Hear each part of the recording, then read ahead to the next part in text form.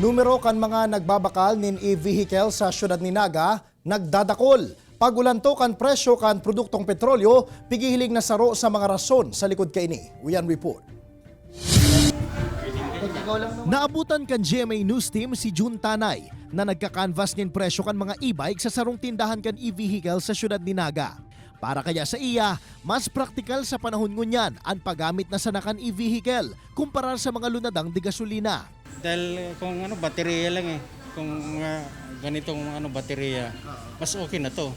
Magcha-charge ka na lang.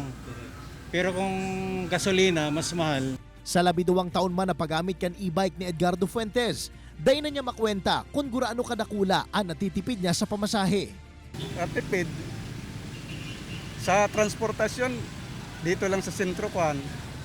Tong minus ka na sa pamasahe. Kaya man ang tindahan na inikan e-vehicle sa syudad ni Naga, nanunutara na ang pagdakol kan sa indang customer.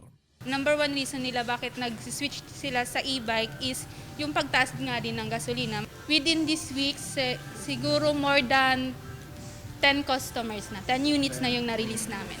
Sigunman kay Romel Serrano, Regional Director ng Department of Science and Technology 5, apwera sa makakatipid na sa gastuson ang paggamit nin e-vehicles, dakulang tabang paini sa kapalibutan.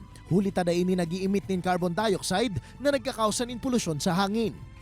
Hindi na po ito bago. Matagal na po itong teknolohiya na sinusuportahan ng DOST. It means that we continue to fund studies para po mas mapaganda yung ating mga baterya that are actually one of the main components nito pong ating e-trikes and e-vehicles.